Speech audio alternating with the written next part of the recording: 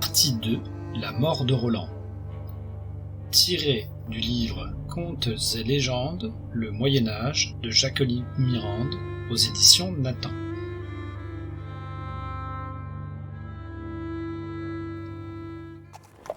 Charlemagne et ses hommes ont traversé les défilés.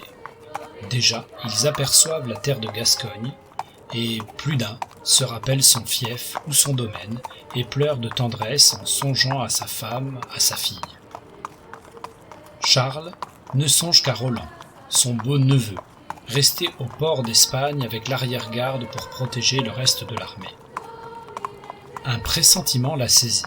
L'angoisse lui serre le cœur et tous, autour de lui, s'interrogent, commençant à craindre un piège où tomberait Roland. Cependant, le roi Marsile a réuni une armée de 400 000 hommes que commande son propre neveu. Il a juré de tuer Roland et de s'emparer de Durandal, sa célèbre épée. L'armée païenne s'est mise en marche et bientôt aperçoit au loin les premiers étendards de l'arrière-garde. Du haut d'un roc effilé, Olivier a vu les armures luire sous le soleil et les épées étinceler. Il court vers Roland. « Les païens approchent, ils sont en force et nous sommes très peu. Sonnez de votre corps, Charles l'entendra et l'armée reviendra nous aider au combat. »« Pour perdre son renom !» crie Roland. « Jamais !» Olivier insiste. « Sonnez de l'olifant !» Le corps de Roland était tout fait de l'ivoire d'une défense d'éléphant. Que Charles nous secourt tant qu'il est temps. Que Dieu me méprise d'avoir appelé à l'aide pour des païens. Où serait le blâme ? Les Sarrasins d'Espagne sont si nombreux que j'ai vu leur armée couvrir la montagne, avec ses vallées et ses landes, et nous n'avons qu'une bien faible troupe. Roland s'entête dans son refus et crie. Mieux vaut mourir que tomber dans la honte. Olivier, le sage, renonce à convaincre Roland le téméraire. Mais tous deux ont un égal courage. Dès que l'armée païenne est là, ils se lancent dans la bataille, plus fiers que lion ou léopard. Ils frappent avec rage, tranchent des poings, des flancs, des échines. Le sang coule en filets clairs sur le vert de l'herbe.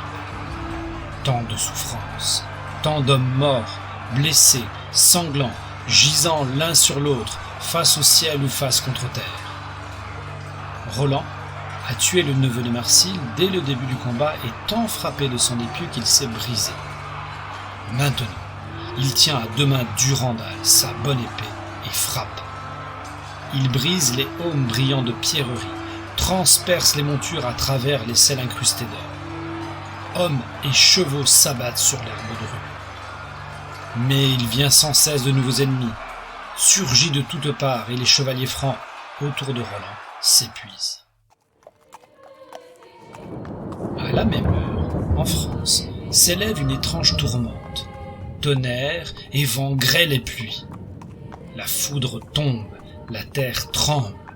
Les gens épouvantés se signent, croyant y voir l'annonce de la fin des temps. Non point la fin du monde, mais la mort de Roland. Car l'armée païenne, innombrable en assauts successifs, a décimé les Francs. Lutter contre un tel nombre, Roland ne le peut plus. Il le voit et il se résigne. Il appelle Olivier et porte le corps à sa bouche. « Qu'espérez-vous » fait avec amertume Olivier. « Il est trop tard pour rien sauver. Que n'avez-vous sonné du corps quand je vous ai en prié ? Tous nos hommes sont morts à cause de vous et de votre folle témérité. Mourrez à votre tour sans demander à Charles une aide qui ne viendra plus à temps. » Roland va lui répondre, mais Turbin l'archevêque, tout blessé qu'il est, craint une querelle et s'approche d'eux. Peu importe qu'il soit trop tard pour nous sauver, du moins, en revenant, Charles nous vengera. Roland sonne avec force. L'écho de la montagne répercute le son. À 30 lieues de là, Charlemagne l'entend, s'arrête. Nos hommes livrent sûrement bataille, c'est le corps de Roland. Ganelon hausse les épaules et rit. Roland a trop d'orgueil pour appeler à l'aide quand il livre bataille. Il chasse quelques lièvres et sonne de la trompe pour cette raison. Les barons l'approuvent et Charles chevauche. À 3 reprises encore, et à grande peine, car sa bouche est en sang et sa tempe rompue, Roland sonne de l'olifant. Alors, Charles et tous ses barons s'arrêtent. Ils ont enfin compris l'appel désespéré que leur lance Roland. Ils s'arment vivement et s'élancent vers les défilés qu'ils avaient quittés. Autour de Roland, il n'y a plus que des morts. Olivier gît la face contre terre et à cette vue, Roland est brisé de douleur. Son corps saigne de 100 blessures, ses forces le trahissent. Il sent qu'il va mourir. Il prend dans ses mains Durandal, la regarde. Que tu es belle et claire. Par toi j'ai conquis tant de terres que tient Charles empereur à la barbe fleurie. Dans ton pommeau doré, il y a tant de reliques saintes. Aucun païen ne doit te posséder. Il lève l'épée et frappe le roc. L'épée grince mais ne se brise pas. Seul le roc se fend. À 2 reprises, il en est de même. Il renonce. Il sent que la mort le pénètre de la tête, lui descend au cœur. Alors, il s'étend sous un pin. Place sous lui son épée et son corps. Il tourne son visage vers l'Espagne, se frappe la poitrine pour le pardon de ses péchés, et, comme à son suzerain, il tend vers Dieu son gant. Et Dieu lui envoie ses anges qui emportent son âme au paradis.